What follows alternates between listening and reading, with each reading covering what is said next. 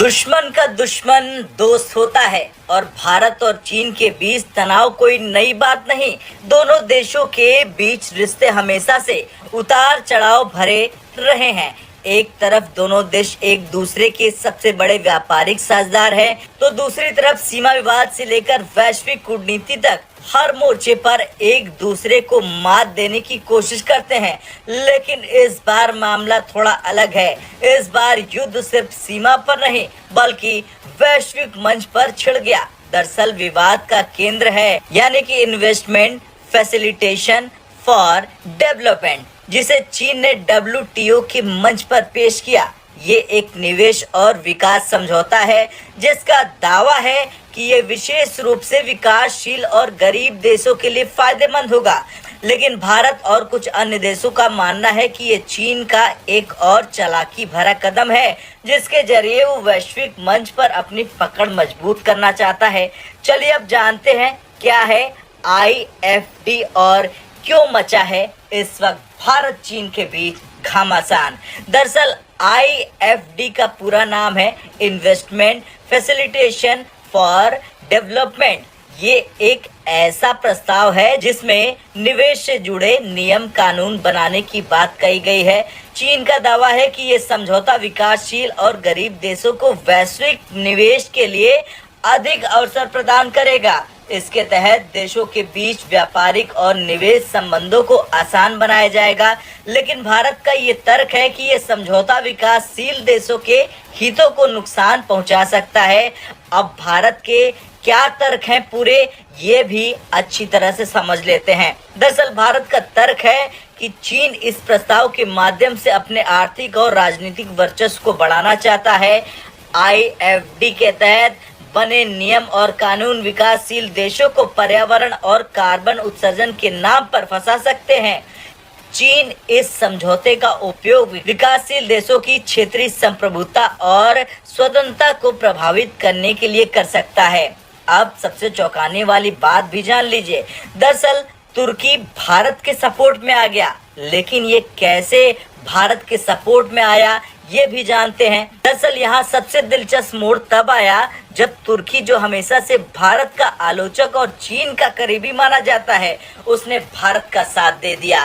तुर्की जो फरवरी 2024 में IFD के मुद्दे पर न तो समर्थन में था और न ही विरोध में, अब भारत के साथ खड़ा हो गया। ये एक बड़ा कूटनीतिक बदलाव है। भारत, दक्षिण अफ्रीका, नामीबिया और तुर्की जैसे देशों ने चीन के इस प्रस्ताव का विरोध किया, लेकिन जो अमेरिका चीन के खिलाफ रहता है उसने न्यूट्रल रुख अपनाया।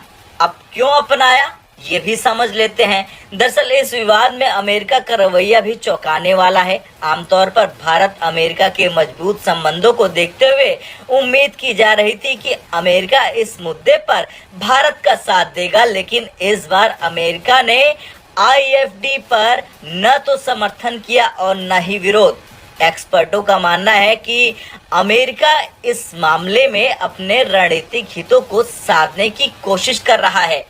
वैसे चीन का इतिहास गवाह है कि उसने हमेशा अपने प्रस्तावों में अपने फायदे छुपा कर रखे हैं। IFD के जरिए वो निवेश से जुड़े नियम कानून बनवाना चाहता है जो दिखने में गरीब और विकासशील देशों के लिए लाभकारी होंगे, लेकिन हकीकत ये है कि इन नियमों के तहत वो पर्यावरण और कार्बन उत्सर्जन जैसी शर्तों को लेकर गरीब देशों पर दबाव बना सकता है। भारत को डर है कि चीन इस प्रस्ताव के जरिए WTO के मंच पर अपने प्रभाव को बढ़ाने और क्षेत्रीय संप्रभुता को कमजोर करने की कोशिश कर रहा। भारत चीन के बीच ये विवाद सिर्फ व्यापारिक या कूटनीतिक नहीं है, ये भारत की क्षेत्रीय संप्रभुता और वैश्विक पहचान के लिए भी एक बड़ी चुनौती है। मोदी सरकार ने पहले भी चीन की चालबाजियों का डटकर मुकाबला किया है, चाहे वो गलवान घाटी का संघर्ष हो या फिर चीन के ऐप्स पर बैन लगाना। लेकिन इस बार लड़ाई अंतर्राष्ट्रीय मंच पर है, जहां चीन को 123 देशों का समर्थन मिला हुआ है। हालांकि तुर्की का भारत के साथ खड़ा होना मोदी सरकार की एक बड़ी कूटनीतिक जीत मानी जा सकती है।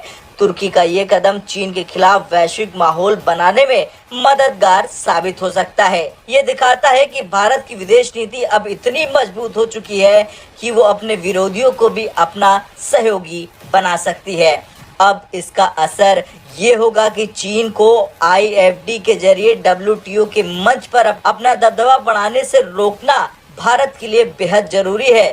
भारत को अपने कूटनीतिक संबंधों को और मजबूत करना होगा ताकि वो चीन के इस तरह के प्रपंचों का सामना कर सके। खैर, भारत और चीन के बीच छिड़ा ये नया बवाल सिर्फ दो देशों का विवाद नहीं, ये भविष्य की वैश्विक राजनीति और आर्थिक संबंधों को निर्धारित करेगा।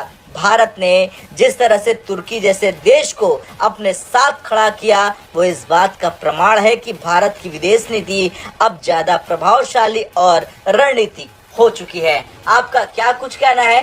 जिस तरह से भारत भिड़ा है चीन से, उसे लेकर कमेंट कर जरूर। ब्रेकिंग न्यूज सबसे पहले देखने के लिए सब्सक्राइब करें।